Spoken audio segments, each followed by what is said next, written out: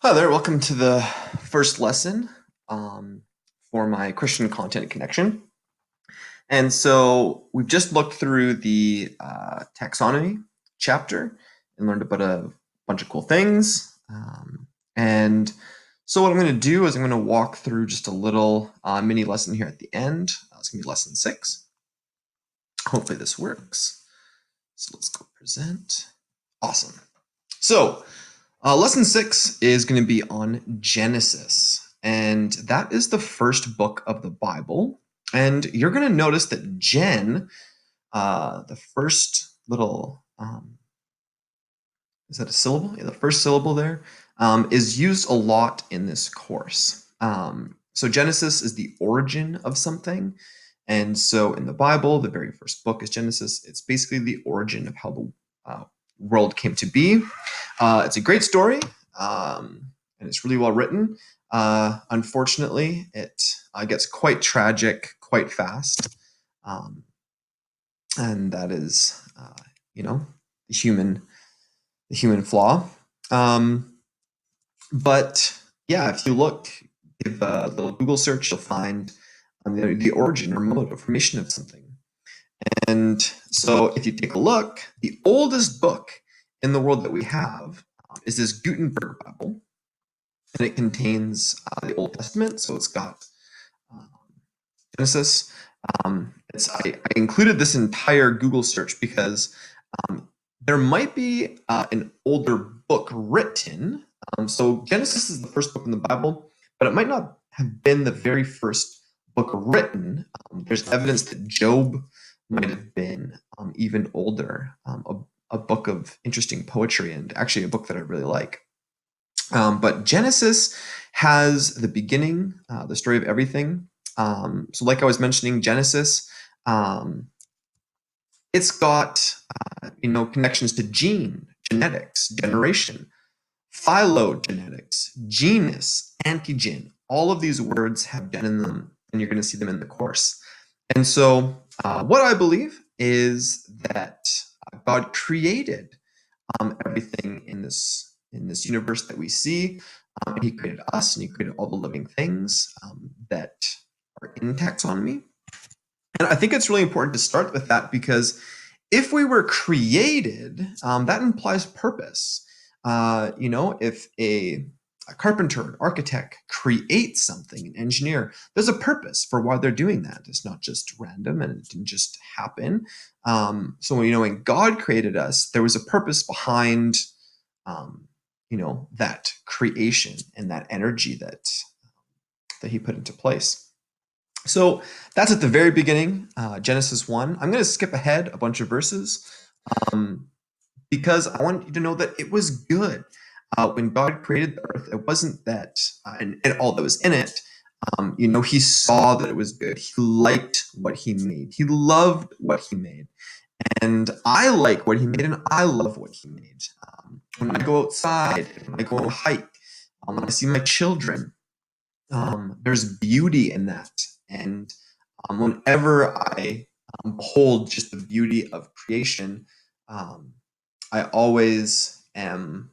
I'm always reminded that God made something that was good, and God created us in His own image, male and female. He created them, and boom, right there.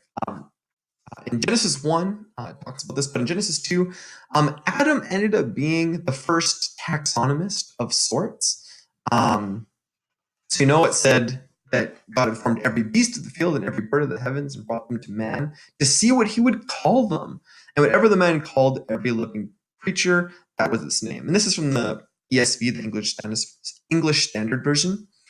And it's interesting. One of Adam's first jobs, he had to bring order to what was a little bit probably chaos there, and he was able to bring it in names. We don't know what language they spoke. The first parts of the Bible were written in Hebrew, so maybe it was Hebrew.